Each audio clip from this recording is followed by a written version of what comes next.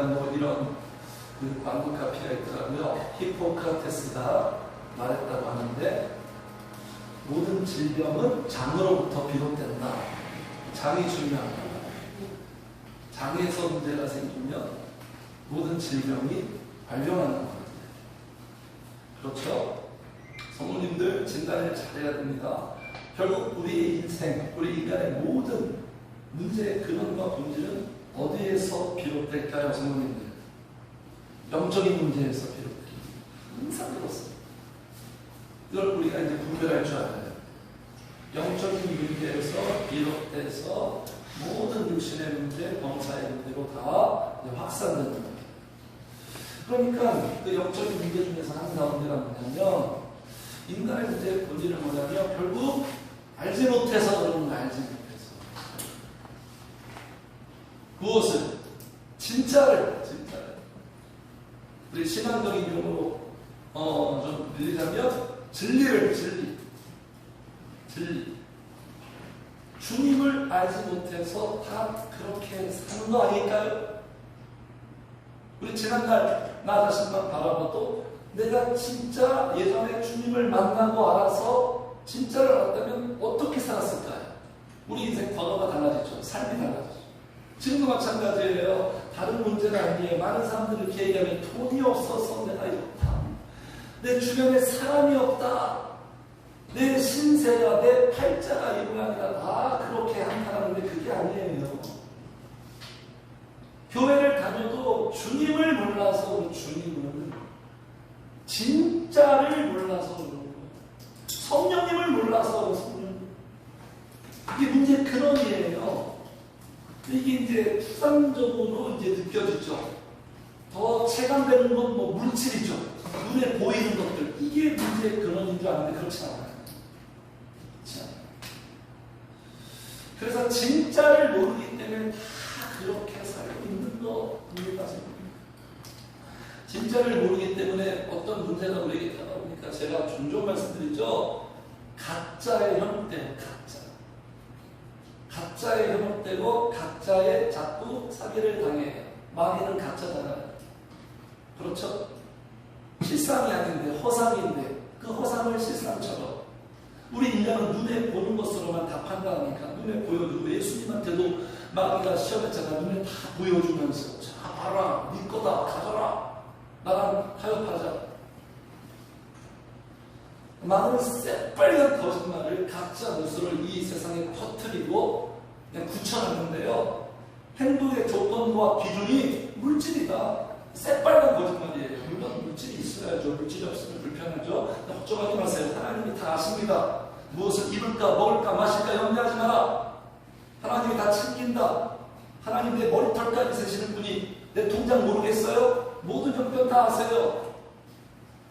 우리 너무 오버해요. 오버. 하나님이 다 아시는데 하나님이 안 보이는 거죠. 문제만 보이니까. 마귀의 새빨간 거짓말 뭐냐면 물질이 있어야 행복하고 잘 산다. 인간은 성공해야 된다. 짱짱한 스펙을 가져야 돼요. 대한민국 보세요. 우리 일산은 더하지만 강남, 목동 보세요. 진짜 쌩 난리예요. 그냥 애기들 한참 놀고 상상하고 이렇게 커야 애기들을 막 학원에 갇혀놔서 아침부터 밤까지 뺑뺑이 돌리고 다 죽이잖아요. 성공하기 위해서 대한민국 사회에서 그 어떤 그룹에 들어가려고 다 말려 죽이잖아요. 사람은 인정받아야 돼. 명예를 가져야지 행복하게 살 수 있어. 사이즈가 커야 돼. 큰 집, 큰 차, 큰 교회. 마귀의 새빨간 거짓말은 이 육신적인 것이 인간을 행복하게 한다. 여기 다 속아 넘어서 살고 있다는 거예요. 왜 그럴까요? 진짜를 모르니까. 가짜 탈피 방법은 진짜를 만나고 진짜를 알면 그냥 자연스럽게 해결돼요. 우리의 문제는 뭔가 했습니까? 이 진짜가 확립이 안 되는 거예요. 그래서 야고보서에서 말하잖아요. 내가 사랑하는 속지 말라. 눈에 보는 것으로 세상 사람들의 통상적인 것 속지 말라. 마귀에게 속지 말라. 마귀는 속임수의 대가예요. 틀리의 대가. 이 세상에 속지 말라. 진실은 이거다. 진짜는 이거야. 가장 좋은 은사, 은혜와 온전한 선물이 다 어떻게? 시작. 위로부터 빛들의 아버지께로부터 내려온다는 거예요. 우리 모든 행복과 모든 복이 이 세상이 주는 게 아니에요. 내가 성취하는 게 아니라 위로부터 하나님이 주신다는 거예요. 하나님이 다 주신다는, 추천하라고. 이 사실을 아는 것이 정말 중요해요. 이 사실을 아는데 어떤 사람은 평생 걸리기도 합니다. 이게 간단한 말씀인 것 같죠? 이 사실을 몰라요. 평생 걸려요. 교회를 다녀도 이 사실을 몰라요. 하나님이 다 주시는 거예요. 모든 것은. 영적인 것, 육신적인 것, 다 범사의 모든 것 다 아버지가 주시는 거예요. 지금 내가 누리고 있는 모든 것 빛들의 아버지께로부터서 온 거예요. 이 사실만 내가 정확하게 모르는 거예요. 사람이 주는 줄 알아요. 내가 하는 줄 알아요. 속지 말라. 속지 말라. 정확한 팩트체크죠. 그는 변함도 없으시고 우린 잘 변하지만 변함도 회전하는 그림자도 없으십니다. 그러니까 우리 가짜 영웅들은 진짜를 모르니까 진짜를 우리가 맛보고 알면 가짜가 보입니다. 진짜를 만나면 가짜가 보여요. 가짜에 빠지지 않아요. 빠질 수가 없어요. 그냥 확연히 보이거든요. 그럼 우리가 은혜 받고 하나님 가까이에서 은혜 받고 주님을 더 만나면 만날수록 진짜가 더 우리 안에서 올라가니까 가짜가 다 보이는 거예요. 전에는 진짜처럼 보였는데 다 가짜로 이제 보이는 거예요. 호빵이 끼는 거죠, 이제부터. 그래서 이 진짜가 나를 지켜주는 거예요. 이 진짜가 나를 지켜주고 나를 자유케 하는 거예요. 자, 오늘 지금 아주 특별한 만남과 대화가 이어지고 있습니다. 니고데모가 지금 예수님과 엄청난 거 아닙니까? 하나님과 지금 마주대해서 독대하고 대화하고 있어요. 하나님과 지금 만나고 구약의 그 하나님, 예수님으로 이 땅에 오셨잖아요. 하나님과 지금 대화하고 있는 정말 엄청난 이 시간. 근데 니고데모의 문제가 뭡니까? 지금 주님이 말씀하고 있죠. 10절 보세요. 10절. 3장 10절. 같이 읽겠습니다. 10절. 시작. 예수님께서 그에게 대답하여 이르시되 너는 이스라엘의 선생으로서 이러한 것들을 알지 못하느냐. 문제가 뭘까요? 어디에 있는 줄? 알지 못하는. 이스라엘의 선생이에요. 최고의 지성인이에요. 신학교 총장인데도 알지 못해요. 진짜를 알지 못하니까 지금 니고데모와 헤매고 있어요. 진짜를 알지 못하는 거예요. 진짜 행복, 진짜 복음, 진짜 신앙, 진짜 하나님, 진짜 성경. 알지 못하는 거예요. 거듭남을 모르니까 지난주에 그죠? 성령님만이 거듭나요. 여기 살아나고 거듭나야지만 천국 가고 인생이 천국이 된다. 처음 듣는 이야기는 니고데모. 그래서 오늘 본문은 무지한 니고데모에게 진짜이신 우리 예수님이 진짜 복음을 지금 들려주고 알려주고 있는 내용이에요. 이 내용 속에 팩트를 날리시죠, 주님께서. 그래서 첫 번째 우리 세 가지 팩트, 진짜 복음을 살펴보는데 첫 번째 같이 읽어요. 시작. 하나님은 존재하신다. 진짜 팩트. 많은 이들이 부정하는 사실. 하나님은 존재한다. 믿습니까, 성도님들? 그렇죠? 하나님은 존재한다. 그래서 오늘 본문에 여기 16절에 주님이 말씀하시죠. 하나님이 무엇을 존재? 하나님은 존재한다. 17절에도 하나님은 존재한다. 하나님은 진짜라는 거예요. 하나님은 인간이 만든 신이 아니에요. 허구가 아니에요. 우주 최고의 사실이에요. 그래서 하나님이 존재한다, 존재하지 않다. 이 사실에 대한 인식과 사상에 따라서 그 사람이 의인이다, 악인이다 이렇게 구분할 수 있어요. 그래서 악인들, 누가 악인이죠? 나쁜 짓 많이 하는 사람이 악인이 아니라 예수 믿지 않는 사람이 악인이에요. 성령님이 없는 사람이 악인이에요. 악인의 모든 사상은 이런 사상입니다. 자, 앞에 같이 읽어요. 시작. 악인은 그의 교만한 얼굴로 말하기를 여호와 이스라엘을 감찰하지 아니하신다며 그의 모든 사상에 하나님이 없다 하나이다. 그렇죠. 인본주의자들, 진화론 자들 하나님 없다. 모든 사상이 이렇게 출발하는 거예요. 하나님이 없다. 이게 교만이에요. 하나님이 보고 있지 않다. 이건 교만하죠. 하나님이 나를 보고 있다는 그런 생각도 없죠. 이게 악인의 모든 사상입니다. 그러나 의인의 사상은 이런 사상이에요. 자, 믿음이 없이는 하나님을 기쁘시게 하지 못하나니 하나님께 나아간다는 시작! 반드시 그가 계신 것과 이게 우리 의인들의 사상입니다. 하나님이 반드시 살아계신다. 반드시 그가 계신 것과 또한 또 한 가지 사실, 자기를 찾는 자들에게 반드시 상 주신다. 그냥 넘어가지 않는다. 기도하는 자에게 반드시 상 주신다. 때를 따라 상 베푸시고 복을 주신다. 이렇게 사상 자체가 달라요, 성도님들. 하나님이 있다 없다.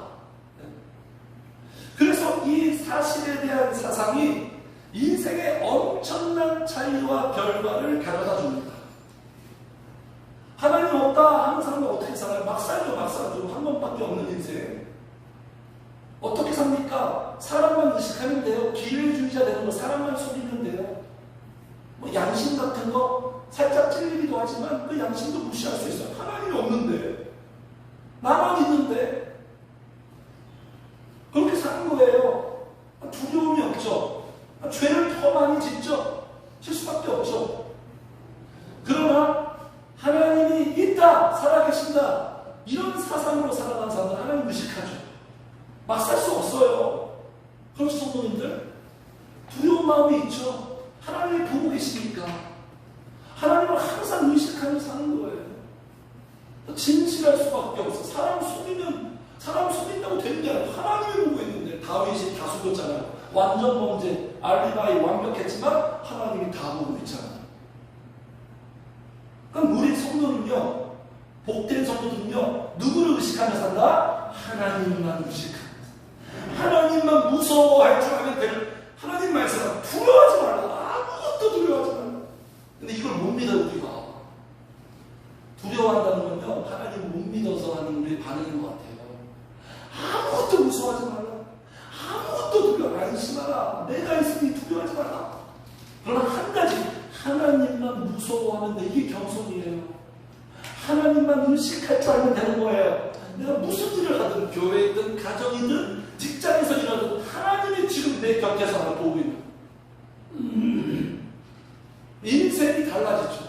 인생이 막 살 수가 없어요. 그래서 하나님이 없는 사람들은 마음속에 소망 없습니다. 그렇죠? 눈에 보이는 것에 좌우되니까. 돈이 있으면 소망, 돈이 없으면 절망. 그러나 하나님이 살아계신다는 것을 믿고 사는 성도들은요, 어떤 복이 있죠? 소망이 있어요. 소망. 하나님이 나 지금 다 죽어가, 나 끝난 것 같아. 그럼에도 불구하고 하나님이 살아계시, 부활시키시는 하나님. 그분이 살아계시면 나는 끝나지 않는다. 끝날 때까지 끝난 게 아니에요. 끝까지 소망을 품을 수 있는 거예요, 성도님들. 네? 그래서 우리가 사람들한테 이런 얘기하잖아요. 네가 있어서 참 좋다. 네가 있어서 난 참 좋아. 우리 주변 사람들에게 한번 쑥스럽지만 한번 해보겠습니다. 당신이 있어서 참 좋습니다. 아이고, 쑥스러워. 가족끼리는 더 쑥스러워. 하나님이 계셔서 좋은 거예요. 하나님이 살아계셔서, 같이 합시다. 살아계셔서 내가 살아갈 수 있다.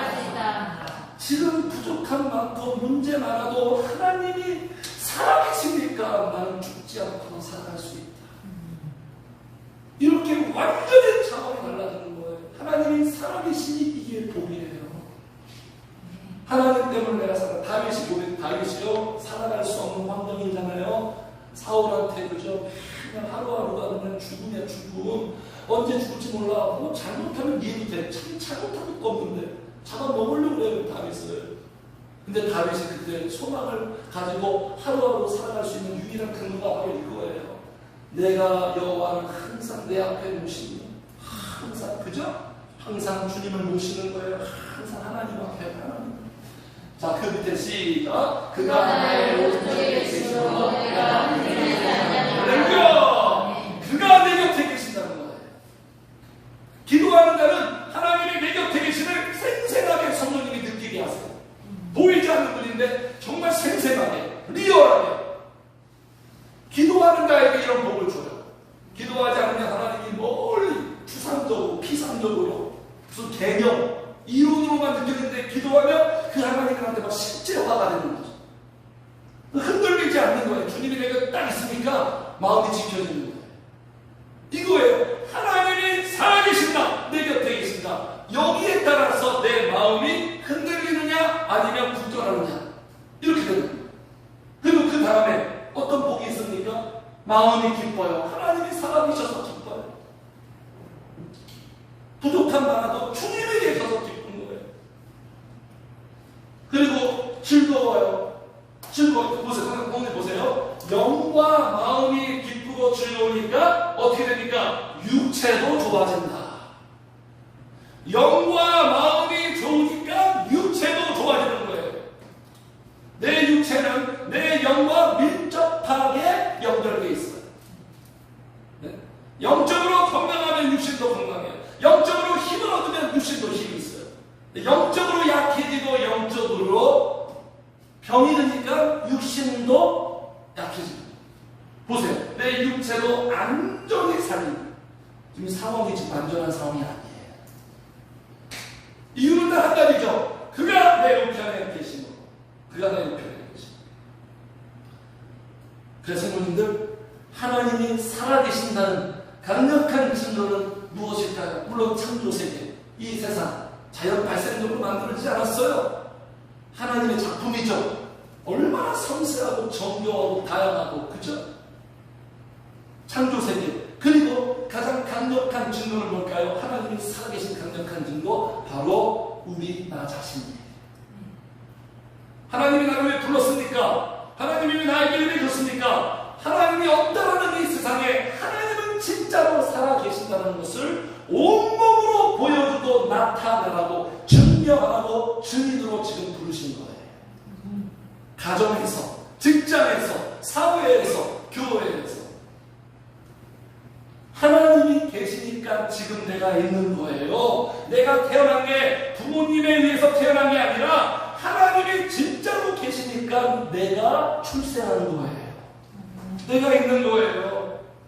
지금 내 모습, 내 삶, 하나님의 자녀가 된 내 모습, 지금 신앙생활하고 있는 이 모습이 하나님이 진짜로 계신다는 강력한 증거예요. 증거를 다른 데 쓰지 말아요. 하나님한테 물질의 복을 주시니까 하나님 살아계셔. 하나님이 내 문제 다 해결해 주니까 하나님 살아계셔. 이렇게 접근하지 말고 지금 내 모습, 주의 자녀로서 성령의 능력으로 감당하며 극복하며 살아가며 기도하며 이 모습이 자체가 하나님이 살아계신다는 강력한 증거예요. 그래서 성도님들, 우리가 더 주님 앞에 엎드려 다윗처럼 하나님을 내 앞에 모시고 항상 하나님 앞에 이렇게 기도하면서 살아계신 하나님의 실존을 점점 더 생생하게 맛보며 누리시기를 주의 이름으로 축복합니다. 네. 첫 번째 사실이 보기에 하나님이 살아계신다. 이 팩트. 두 번째입니다. 시작. 살아계신 하나님 나를 살아. 하나님이 그냥 계시지만 않고 존재만 하는 게 아니라 그분이 나를 사랑하세요. 영혼에 1도 반응이 없습니까? 자, 여기 이렇게 유명한 복음 3장 16절 성경 속에 성경, 작은 성경 축소된 복음 16절 보니까 그건 다 알고 있죠. 암송도 하고 하나님이 이처럼 사랑하사 어디를? 세상을. 하나님이 세상을 이처럼 사랑하사 이렇게 나오고 있잖아요, 성도님들. 자, 여기에서 이 세상은 하나님이 지구촌 모든 인간들을 사랑한다 그런 의미가 아니라 그렇게 보면 안 되고요. 세상에 있는 하나님이 택한 백성을 사랑하신다. 네. 이런 의미. 그러니까 하나님의 사랑은 보편적이지 않아요. 하나님의 사랑은 선별적이에요. 우리 하나님은 공평하신 분이 아니라 편애하시는 분이에요. 믿는 자들에게만 공평해요. 모든 인간에게 공평하지 않아요. 하나님은 철저하게 편애하는 말씀나와요. 내가 야곱을 사랑하고 에서를 미워한다. 보세요.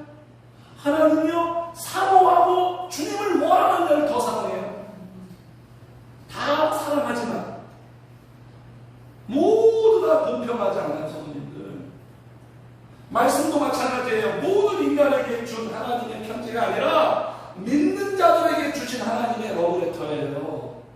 하나님의 말씀이. 왜 세상이라고 표현했을까요? 지금 니고데모 유대인이죠. 유대인들이 무슨 잘못된 고정관념을 갖고 있냐면 우리만 하나님을 사랑한다. 선민사상.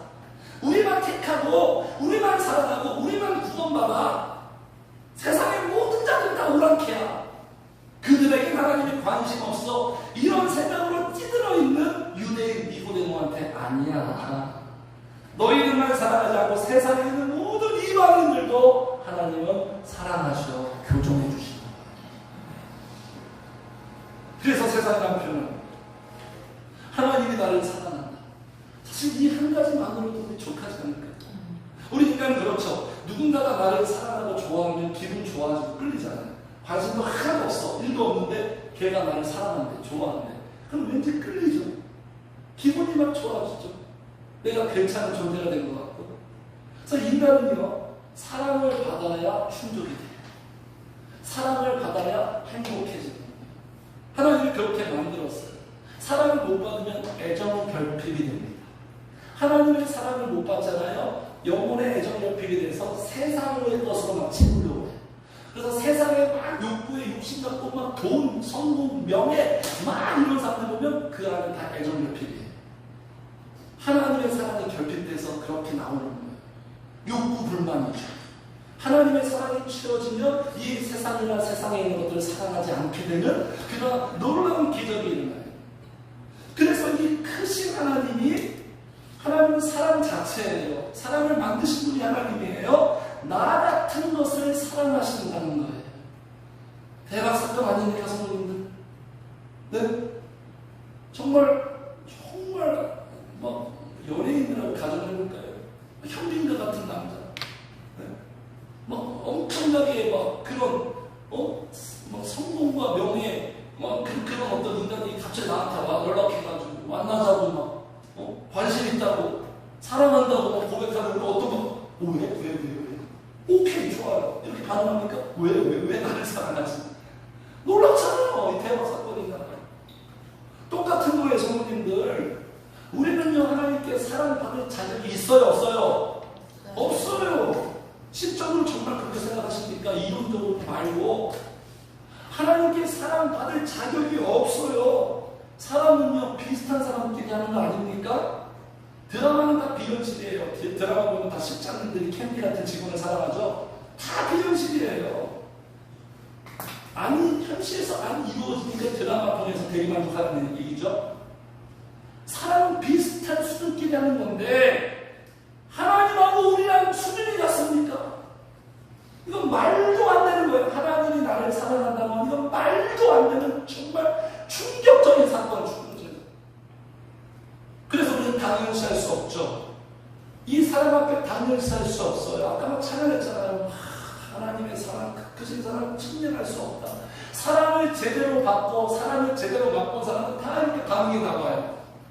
하나님이 나 같은 자를 사랑한다는 것 자체가 이게 기적인 거예요. 이게 감당할 수 없는 거예요. 너무너무 과분한 거예요. 신기한 거예요. 그래서 하나님이 우리를 사랑하시는데 여기 나오죠. 하나님이 세상을 우리를 이처럼 사랑한다. 어떻게 사랑하는 것입니까?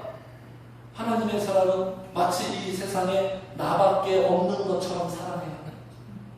같이 합시다. 하나님은 나만 사랑하신다. 주님의 큰 사랑에 감동되면 이런 마음이 들어요. 하나님의 사랑이 부어지면 마치 이 세상에 나밖에 없는 것 같아. 나만 사랑하는 것 같아. 전폭적인 하나님의 사랑을 느낍니다. 근데 사실 자체 맞죠. 나란 인간은 하나님에게 하나밖에 없는 존재예요.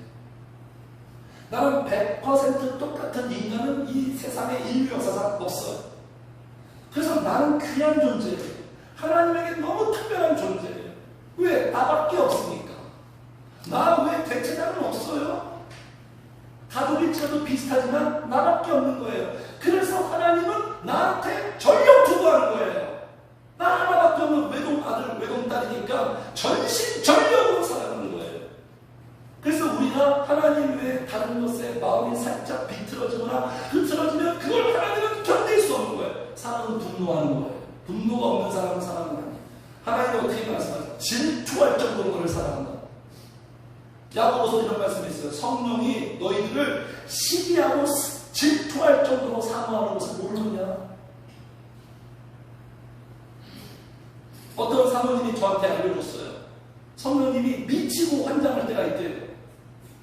성령님 기도할 때 우리가 진심으로, 그냥 입술뿐이 아니라 진심으로 100% 진심으로 감동돼서 성령님 사랑합니다 이렇게 고백하고 이런 모습으로 성령님께 드려지면 보여주셨대요. 성령님이 미치고 환장할 정도로 기뻐하신다.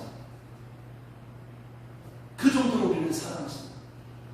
성령님 지켜주고 보호해주고 뭐 여러 가지 막 좋아지게 하는 정도가 아니라 성령님이 우리를 너무너무 사랑합니다. 우리밖에 없어요. 성령님들 그냥 평범하게 생각해 보세요. 나를 가장 사랑하시는 존재가 누구밖에 없어요? 일단 육신적으로 부모님이죠. 그리고 목사님 사모님이고, 그리고 누구예요? 하나님밖에 없어요. 하나님밖에 없어요. 주밖에 없어요. 나를 가장 사랑하는 존재. 저는 이런 상상을 합니다. 그래도 누구의 사랑이 가장 깊고 크니까 엄마의 사랑이에요. 엄마의 사랑. 정말 때 이런 생각이 들었어요. 엄마의 사랑이 가장 깊고 대단하잖아요. 엄마는, 여자는 약하지만 엄마는 강하다 이런 말도 있고. 그런데 저는 이런 상상을 했어요. 인류 역사, 하와 이후부터 인류 역사상의 모든 여자의 사랑을 다 합쳐놔. 엄청나죠. 그 사랑의 크기가, 파워가. 그러나 그 모든 엄마들의 사랑을 다 합쳐놔도 하나님이 나를 향한 사랑은 비교하면 엄마의 사랑은 점에 불과하다. 청년 때 그런 생각했어요. 점에 불과해요. 그 정도로 하나님이 나를 사랑해요. 우리가 천국 가면 제대로 알 거예요. 그리고 그 신앙이 더 깊어지고 막 열리면 더 알 거예요. 하나님 나를 얼마나, 이걸 몰라. 이걸 모르니까 자꾸 또 우리가 막 힘들지 않아도 되는데 힘들어. 문제가 생겨요. 그 성도님들, 나를 사랑하시는 것을 어떻게 합니까? 성도님들, 제가 묻겠어요. 하나님이 성도님들 사랑하시는 거 알아요? 지지는 듯이 저를 어떻게 합니까? 알면서 살고 있습니까? 목사님이 말해주니까 나는 것 같아요? 본인이 개인적으로 알아요? 알아! 이렇게 나와야죠. 서로.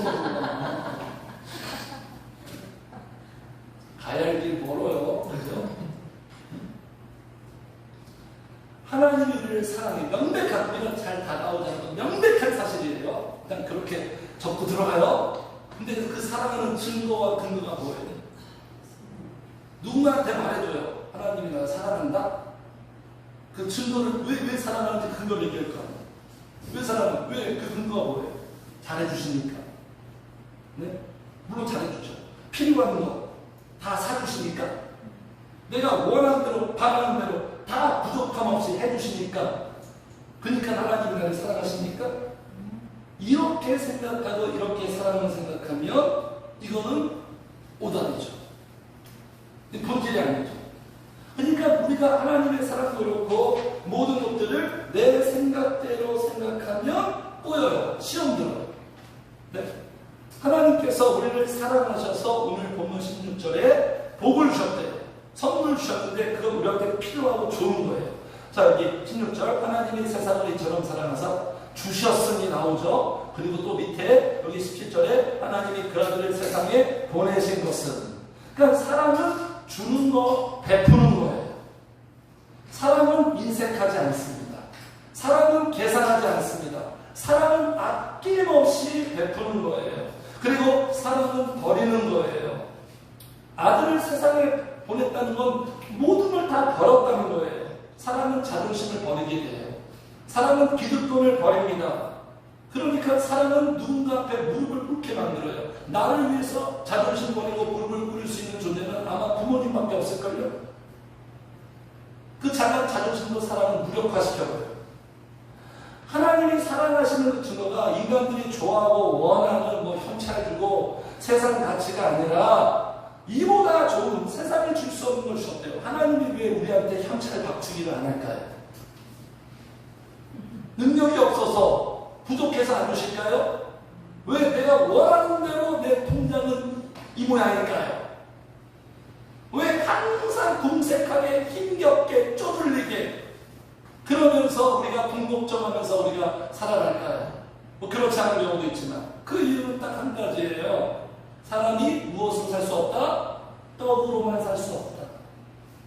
성도는요, 세상 사람들처럼 돈으로 살아가는 게 아니라 무엇으로 살아간다? 성령의 은혜로 살아간다. 육신적으로 사는 게 아니라 영적인 복으로 살아가는 것. 하나님이 아낌없이 막 그냥 기분대로 우리에게 인간처럼 다 물질을 주셨다? 그러면 어떻게 됩니까? 망하는 거죠. 관리가 안 되죠. 하나님이 주인이 아니라 물질이 주인이 되는 거예요. 그래서 하나님이 우리를 사랑하셔서 주시고 보내신 최고의 선물, 우리가 잘 아는 대로 누구다? 16절에 독생자 예수 그리스도다. 하나님이 세상을 이처럼 사랑한 증거가 뭐냐? 근거가 뭐냐? 독생자 예수 그리스도를 주셨다. 예수님을 주셨다는 것은요, 무엇을 의미하죠? 그냥 다 주신 거예요. 하나님 자신을 주신 거예요. 하나님 자신을. 이게 사랑하는 대상으로서 베풀 수 있는 최고의 베품 아닙니까? 모든 걸 준 거예요. 모든 거 아낌없이. 그냥 다 준 거예요. 그래서 우리 성도는 어떤 신앙이냐? 예수님 있으면 성령님 있으면 다 있는 거예요. 성령님 있으면 다 있는 거예요. 같이 합시다. 여호와는 나의 목자시니 내가 부족함이 없으리로라. 이게 신앙이에요. 이게 정리가 안 되고 이게 확립이 안 되면 계속 우리는 어려워질 거예요. 그래서 우리 교회의 저 슬로건처럼 예수님만으로 성령님만으로 충분한 거예요. 동의되십니까? 아직 안 되죠? 저거 쉬운 거 아니에요. 예수님만으로 성령님으로 충분하지 못하니까 세상 욕심이 내는 거예요. 충분함이 다 해결되는 거예요. 저게 안 되니까 자꾸 다른 것으로 충분함을 느끼려고 하는 거예요. 다른 것을. 충분히 안 되는데 사실은. 이 문제가 해결돼야 되는 성령님이 이 문제 해결시키는 거예요. 제가 설교를 잘한다고 해야 되는 게 아니라 물론 말씀과 함께 성령님이 우리 성도님들의 의식과 기질과 생각과 사고방식을 다 만들고 다 고치고 다 개조해서 영적인 사고방식으로 다 만들어내야 되는 거예요. 위대한 작업이에요. 위대한 작업. 기도하는 자에게 하나님이 일하신대요. 주님만으로 충분합니다. 네? 부족함이 없느니라. 그래서 고린도후서에서 이렇게 말하죠. 우리는 아무것도 없는 자 같아 보이나 같이 합시다. 모든 것을 가진 자로다. 이것도 하나님이 되냐고요, 성도님들. 말씀이 쉬운 게 아닙니다. 아무것도 없는데 뭐가 모든 걸 가졌어요? 왜 안 됩니까? 예수 그리스도의 가치, 성령님의 가치, 영적인 가치를 아직 잘 몰라서 그런 거죠. 그래서 이렇게 모든 것을 받은 우리의 반응은 그러니까 마땅히 감사해요.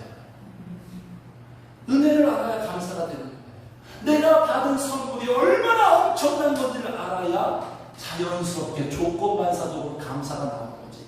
감사를 더 연구하고 막 묵상하고 막 논리적으로 접근해서 결론이 감사다 이렇게 추론이 나오는 게 아니에요. 사람을 노력으로 합니까? 사람은 그냥 자동적으로 하는 거지. 그래서 독생자를 주신 목적이 뭐다? 독생자를 주신 목적이 딱 나와요 지금. 왜 독생자를 주셨을까? 예수님을 이용해서 너의 소원과 목적을 다 성취해라. 예수님이 법인카드인가요? 다 이런 식으로 예수님을 다 의지하죠. 그 목적이 아니라 중체대한 문제 때문에 어떤 문제? 죽느냐 사느냐, 어떤 문제? 구원 문제, 멸망의 문제, 영생의 문제. 이 종교적인 문제가 아니에요. 우리의 실생활 현실적인 문제예요. 제일 근본적인 문제예요. 근데 이 문제는 다 도외시하고 그냥 먹고 사는 것만, 그냥 인간적인 것만, 이런 것만 다 그냥 해결되면 다 좋싸워. 우리 인간들 미래는 뭐가 중요한지도 모르고 뭐가 문제인지도 모르고. 여기 나옵니다. 16절. 하나님이 세상을 이처럼 사랑하사 독생자를 주셨으니 이는 그를 믿는 자마다 무엇하지 않고 멸망하지 않고. 이 멸망이 무슨 문제냐면 파괴되는 거예요. 붕괴되는 거예요. 회복 불가능한 상태. 왜 이렇게 됩니까? 예수님 없어서 그런 거예요. 예수님을 몰라서 이렇게 되는 거예요. 예수님 믿지 않으면 예수님으로 무조건 망합니다. 무조건 망해요, 성도님들. 세상에서 성공하는 모습이지만 그것도 망한 거예요. 럭셔리하게 품위 있게 망한 거예요. 멸망치 않고 무슨 문제? 구원 문제. 17절. 하나님이 그 아들을 세상에 보내신 것은 세상을 심판하려 하시니 아니요 그로 말미암아 세상이 구원을 받게 하려 하십니다. 제일 중요한 문제라고 말씀드렸죠. 온 천하를 얻어도 구원받지 못하면 아무 소용없는 거예요. 인간의 구원 자력으로 안 되잖아요. 근데 인간들이 고집이 있고 미련해서 끊임없이 자기가 스스로 구원받으려고, 자기 스스로 세상에 무엇을 얻어서 문제를 해결하려고 그러죠. 구원은 오직 유일하고 한 길밖에 없는, 한 분밖에 없는, 다른 대안은 없어요. 하나님이 못을 박아서 다른 대안은 없다. 근데 세상이 그걸 인정하지 않아요. 동의하지 않아요. 독선이라고 비판합니다. 차별이라고 말해요. 그래서 다른 일도 있다. 그래서 지금 세상에서 막 그 어떤 사상이 있습니까? 종교다원주의. 이게 무슨 말이죠? 구원의 길이 한 가지만 있는 게 아니라 여러 방식이 있다. 그래서 기가 막힌 일이에요. 이거 한국에서 유명한 목사님 다 있네요. 한국에 유명한 목사님 다 있어요. 주로 통합층 목사님들이 다 있어요. 그래서 우리 합동에서 통합을 인정 안 하는 거예요. 이단이라고 말할 거예요. 이게 뭔지 아십니까? WCC 제14중에 유치기념 감사 예배. WCC가 뭔지 아세요? 전 세계 교회가 하나 되자. 전 세계 종교가 하나 되자. 그 속에 무슨 속셈이 있는 거예요? 구원의 길을 다 인정해 주자. 불교도 이슬람교도 여기도 구원의 길은 한 길이 아니라 여러 각양각색 길을 다 인정해 주자. 그게 바로 WCC예요. 말이 되나요? 주일학교도 아는 이 사실을 왜 이들은 이럴까요? 권력, 기득권, 명예, 모든 이익 때문에.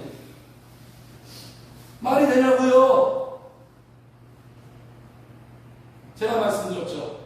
세상에 가짜 선지자가 많다. 구원의 길은 딱 한 가지 한 가지. 근데 구원의 길 예수 말고도 다른 데 다 있다는 거예요. 기억나세요? 제가 설교 시간에 미국 대통령 취임식에 기도하잖아요. 기도하는데 거기 매뉴얼이 있어요. 기도하는 목사님이 기도를 딱 마치고 맨 마지막에 우리는 누구의 이름으로 기도하죠? 예수 그리스도의 이름으로 기도해야 하나님께 접수가 되는 거예요. 그런데 그 예수님의 이름을 사용 못해요. 왜? 차별이나 종교 차별이나. 어떻게 기도한다고? 모든 신의 이름으로 기도합니다. 말이 돼요? 세상이 이렇게까지 지금 가고 있어요. 금요일날 말씀드렸죠. 우리가 신앙생활을 지금 철저하게 하지 않으면 앞으로 다가오는 환란을 대처가 안 된다. 지금 철저하게 요새처럼 대비해야 될 기도 많이 하면서 무장시켜놔야 돼요. 깨어 있어야 되는 거예요, 성도님. 주님이 말씀하셨어요. 다른 이로서는 구원받을 수 없나니 천한 사람 중에 구원받을 만한 다른 이름을 우리에게 주신 일이 없다라고 명백하게 말씀하셨는데 왜 자꾸 인간들이 구원의 길을 스스로 모색하고 만들까? 이건 완전히 마귀였어요. 그래서 이처럼 사랑하사 구원의 방식이 뭐죠? 말 한마디로 다 구원받을 자가 그렇지 않죠? 구원의 방식은 바로 이 방식이었죠. 14절 보겠습니다. 14절 모세가 광야에서 배만이 된 것 같이 인자도 들려야 하리니 이래야 구원받는다. 이건 민수기의 노뱀 사건이죠.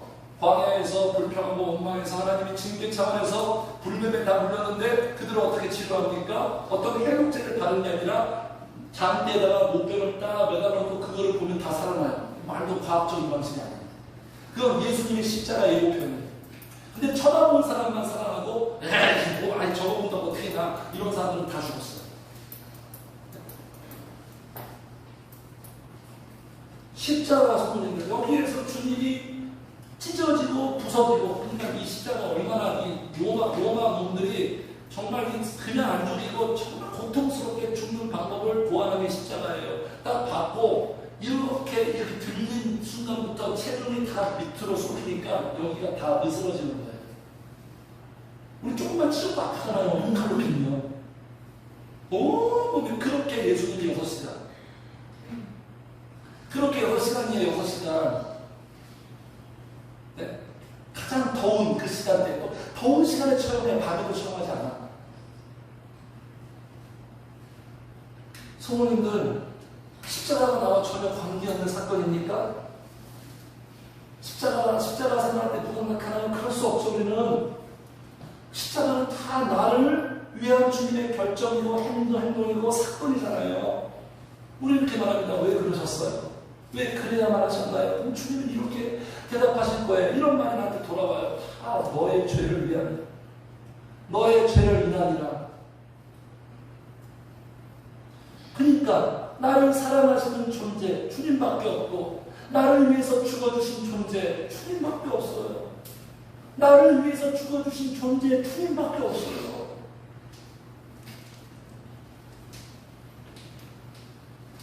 왜 주님이 이래야 되나요? 주님이 죽어야지만 우리가 사니까. 심판받지 않고 구원과 영생의 결과를 가져다주기 위해서. 우리는 그냥 거저 공짜로 말로 먹었지만 주님은 엄청나고 혹독한 대가를 다 지불하셨다는 거예요. 그러니까 주님이 십자가, 나를 사랑하셔서 십자가에 죽는 미친 짓이에요. 인간적으로 생각할 때 말도 안 되는 거예요. 왜 말도 안 되냐면, 자, 부모님들 무섭죠, 그죠? 칼부림 사건 막 여기저기에서 막 난동하고 이 최원종이라는 이 사람을 살리기 위해서, 이 사람을 살리기 위해서 성도님들이 자녀들을 대신 죽게 할 수 있나요? 살리기 위해서 인교수비 태교 대신 죽게 놔둘 수 있어요? 하나님이 하신 게 바로 이거예요. 나는 최원종이 아니에요. 우리는 최원종보다 하나님 보기에 더 흉측한 죄인이에요. 나를 살리기 위하여 주님이 가장 사랑하시는 아들 독생자를 우리에게 아낌없이 주신 거예요. 말도 안 되는 거예요, 사실. 하나님 그럴 이유가 없어요. 우리 다 죽이면 돼, 그냥. 그게 가장 합당한 적법한 판결이에요.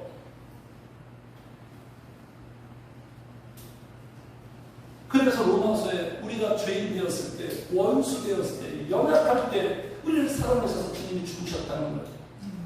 사랑받은 자격이 세 가지가 다 안 되죠. 원수, 죄인, 연약함. 연약함은 바보 멍청이라는 뜻이에요. 누가 바보 멍청이 같은 덜떨어진 사람 사랑합니까?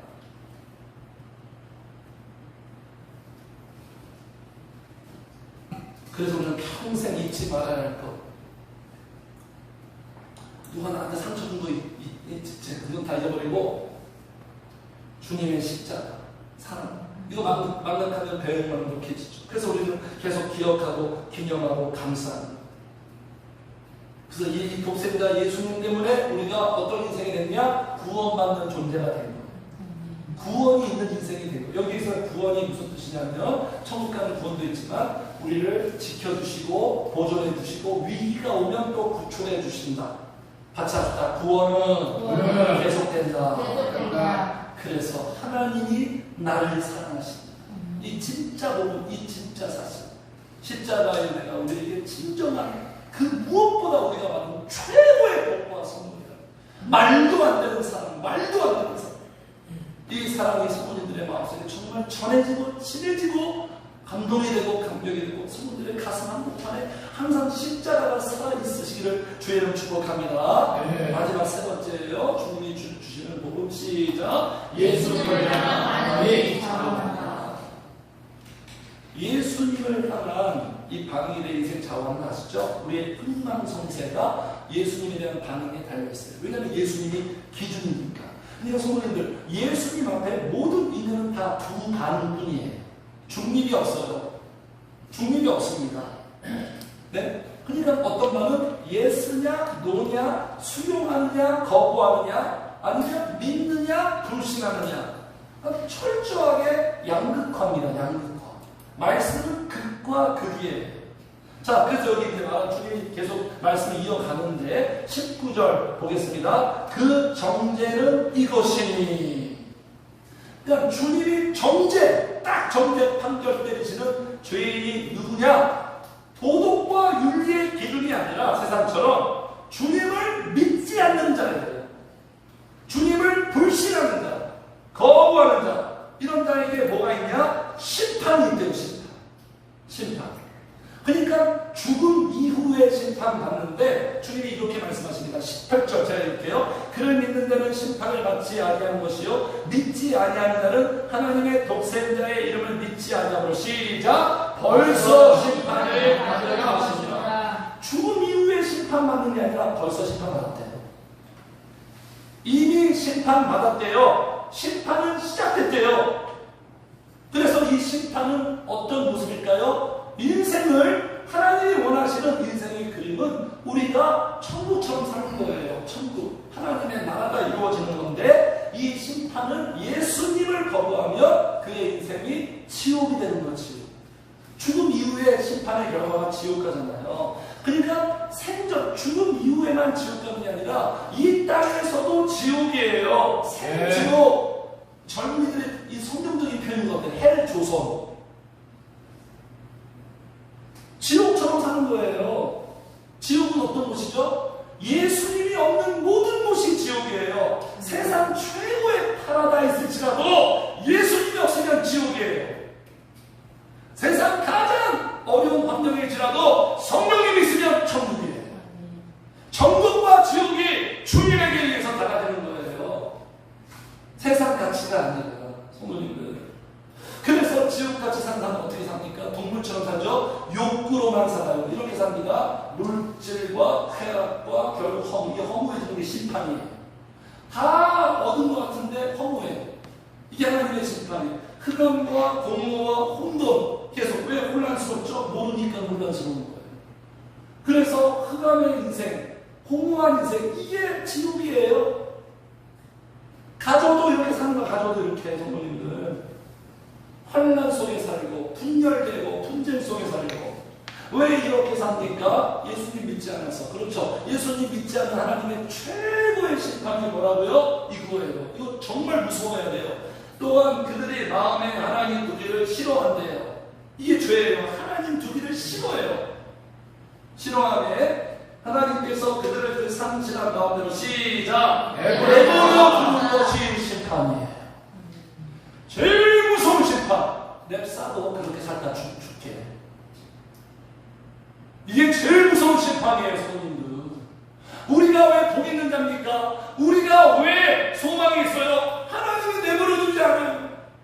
하나님 우리를 붙듭니다. 하나님 우리를 챙깁니다. 우리를 돌보십니다. 하나님이 우리를 간섭하고 개입해요. 그래서 우리가 소망이 있는 거예요. 근데 예수님 보시 이거 이게 없어. 이게 다 있어도 이거 없으면 끝장나는 거예요. 냅사 두는 거예요. 왜 냅사? 자녀가 아니니까. 그죠? 우리 자녀들에게만 우리는 막 잔소리하고 막 그냥 난리치잖아요. 쥐어 패고. 남의 자식들은 아무런 감동이 없잖아요. 어떻게 살고 말고. 그러니까 우리가 하나님을 왕따시키는 경우도 있지만 하나님도 우리를 왕따시키는 거예요. 하나님께 절대로 왕따당하면 안 돼요. 내버려 두는 거예요, 그냥. 그리고 네 마음대로 살아라. 인간들이 제일 좋아하는 것은 뭔가 교회 안 나가고 구속당하지 않고 자기 마음대로 사는 걸 인간들이 늘 원해요. 근데 그 자유가 가차다. 그 자유가 자신과 가정을 파괴한다. 내 마음대로 사는 건 날 파괴하는 거예요. 모르죠? 우리 인간들이. 하나님의 뜻대로 사는 게 다 세우는 거예요. 근데 우리는 체질이, 기질이 내 마음대로 사는 게 편해. 그러니까 죄인인 거예요. 그냥 고장나 있는 거예요. 이거 고치는 거 성부입니다. 그 성부의 복이 뭔지 아십니까? 좀 전에 말한 것처럼 날 내버려 두지 않아요. 하나님. 날 그냥 두고 보지 않아요. 하나님이 내가 넘어지는 걸 허락하지 않아요. 그래서 하나님이 종을 보내셔서 사사기를 그렇잖아요. 계속 엉망진창으로 사는 게 사사기인데 하나님이 사사들을 계속 보내잖아요.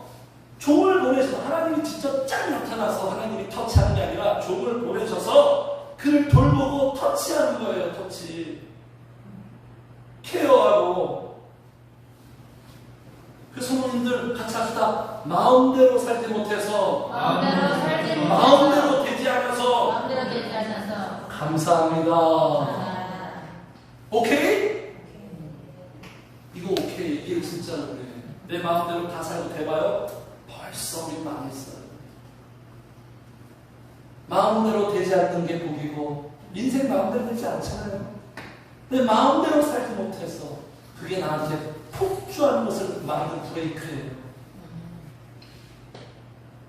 그래서 이 죄인들은 이런 심판을 받고요. 또 여기 보세요. 여기 19절 같이 읽어요. 시작. 그 정죄를 이것이니 뭐 빛이 세상에 사람들이 장애인과 같으므로 빛보다 어둠을 더 사랑하는 것이라. 죄인의 특징, 빛보다 어두움을 더 사랑해요.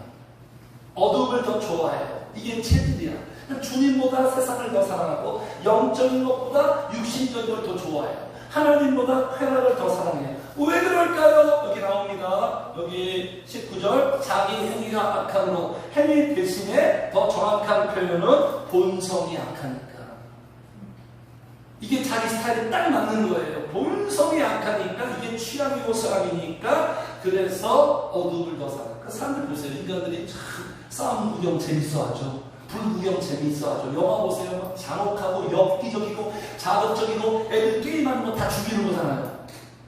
게임에서 뭐 천사가 나타나서 서로 사랑하고 서로 돌봐주는 그런 게임보다 서로 다 총칼로 다 죽이는 게 다 게임이잖아요. 그래야 카타르시스를 느끼고 더 재밌으니까 인간의 본성에 정확하게 접근하는 거예요. 본성이 악하니까 어둠을 더 좋아하는 거예요. 본성까지 바꾸는 거예요. 성령님이었어요. 머리는 선인데 내 몸은 악으로 가고 있어.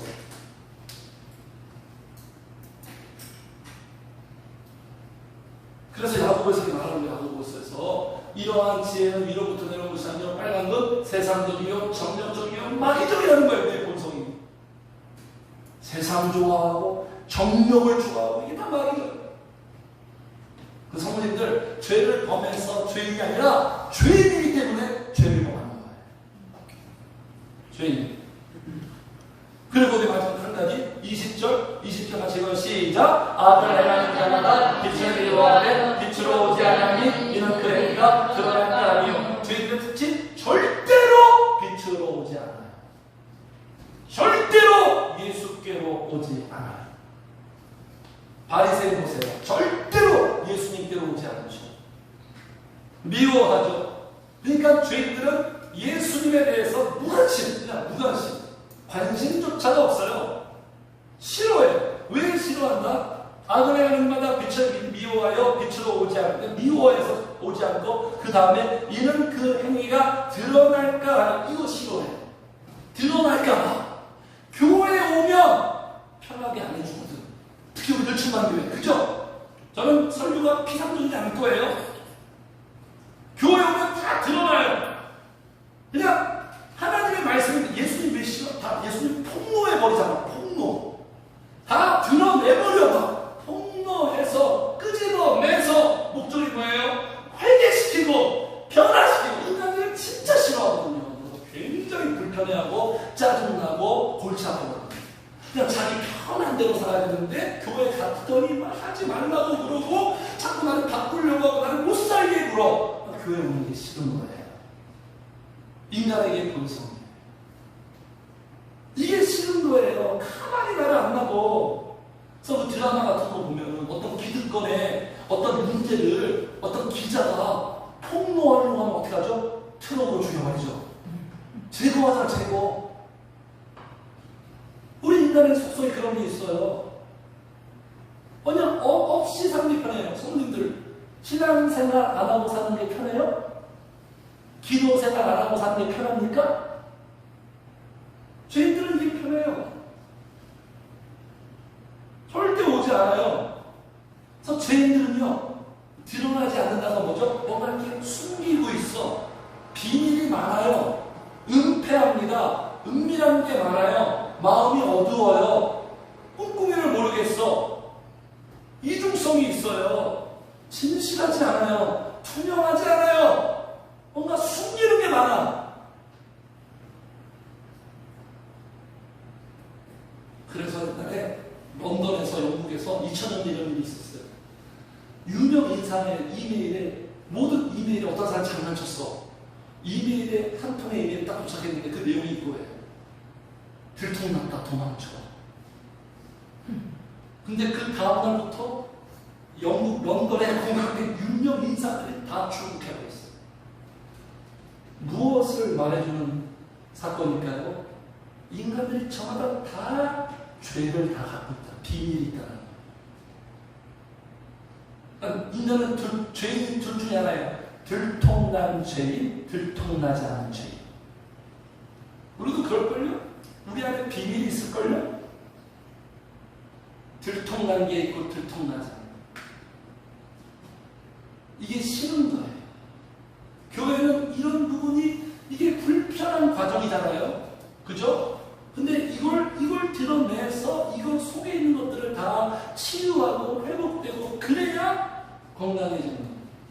이게 다 살리고 좋아지는 길인데, 그죠? 우리 치과 가기 치과 가면 좋은데 가기 싫은 거야. 치과 아프니까 불편하고. 이게 죄인들의 특징이에요. 심판받고 빛으로 오지 않고 어둠을 벗어. 마지막에 우리 믿는 자는 21절 시작. 진리를 따르는 빛으로 오라니 이는 너희가 하나님 안에서 행한 것임을 나타내려 합니다. 결론은 우리 믿는 자로 결론을 맺어요. 이게 구원받은 자의 진정성이에요. 구원받은 자는 이런 모습을 나타나. 첫 번째 어떤 모습? 진리를 따릅니다. 세상 방식, 내 방식 이제 그만 스톱 하고 이제 성령을 따르고 말씀을 따르고. 이유가 뭘까요? 그게 가장 확실하고 복되기 때문에. 그래서 맡기고 따르는 거예요. 아브라함처럼. 자, 두 번째는 뭡니까? 구원받은 자의 모습, 빛으로 옵니다. 21절 진리를 따르려면 빛으로 와요. 하나님께로 가까이 나아가요. 가까이 갑니다, 성도님들. 왜 그럴까요? 성령이 끌어당기는. 지가 나오는 게 아니에요. 성령이 끌어당기는 거예요. 성도님들, 택하셨다면 지금 교회 오는 게 싫을지라도 언젠가는 결국 주님께로 나오게 되어 있습니다. 할렐루야. 이 소망으로 끝까지 기도하는 거예요. 간도 보세요. 간도. 죽기 직전에 주님께로 나오잖아요. 하나님이 택하면 지금은 그냥 엉망진창이지만 언젠가는 주님께로 나오게 되어 있어요. 빛으로 오게 되어 있어요. 그래서 빛으로 오면 어떻게 되죠? 이 빛에 접촉하고 영향받으니까 마음이 환해지죠. 마음이 밝아지죠. 마음이 따뜻해지고 뜨거워지고 눈이 밝아져. 눈이 빛이 나요. 눈이 밝아지면 눈을 떠서 분별할 줄 알아요. 기도하면 분별력 좋아지고 뭐가 문제고 뭐가 해결책이고 딱 파악이 돼요. 근데 기도 안 하고 영적으로 막 어두워지고 분간을 못해. 뭐가 뭔지 몰라. 그냥 돈 없어서 힘들 때냐. 빛으로 오면 딱 눈이 딱 떠요. 정확하게 간파합니다. 왜냐면 성령이 보여주시니까. 그게 아니야, 이거야. 기도하면서 마음에 감동 주면서 열어주셔. 다 열어줘. 그러면서 우리의 마음을 팔고 환하게 비춰. 찬란해지는 거예요. 점점. 빛은 에너지예요. 우리에게 에너지를 줘서 힘을 주셔서 그 힘으로 또 살아야 어두운 이 세상에서 빛의 자녀답게 살아야 흑역사에서 광역사로 딱 바뀌어요. 마지막 세 번째 뭐죠? 하나님 안에서 살아요. 하나님 안에서. 그죠? 성령님 안에서 산다는 건 함께 살아요. 함께 붙어서 사는 거예요. 항상 성령 안에서. 성령 안에서 사는 사람은 어떻게 삽니까? 실질적으로 교회 안에서 살아요. 예배라는 틀 안에 살아요. 기도 안에서 사는 거예요. 그래서 거기에서 성령으로부터 영향을 받아서 거기에서 우리의 속이 달라지면서 그 속에서부터 행동이 나와요. 하나님 안에서 행하는 것을 나타냅니다. 그 모습이, 그 행동이 우리에서 나오는 게 아니라 성령님과 교제해서 성령 안에서 연합해서 거기에서부터 나오는 거예요. 네, 성령님이 주죠. 그래서 성도님들 21절의 사람들 되시기를 주로 축복합니다. 네. 진짜이신 예수님이 주시는 진짜 복음, 하나님을 존재하신다, 하나님이 나를 사랑하신다, 어느 정도로 예수를 죽일 정도로 너를 사랑하고 그 예수님에 대해 믿음으로 21절로 반응하는 자야 진짜 그리스도이고 복 있는 자다. 우리 성도들의 모습이 점점 더 19절과 20절에서 21절로 변화되기를 주님의 이름으로 축복합니다. 네.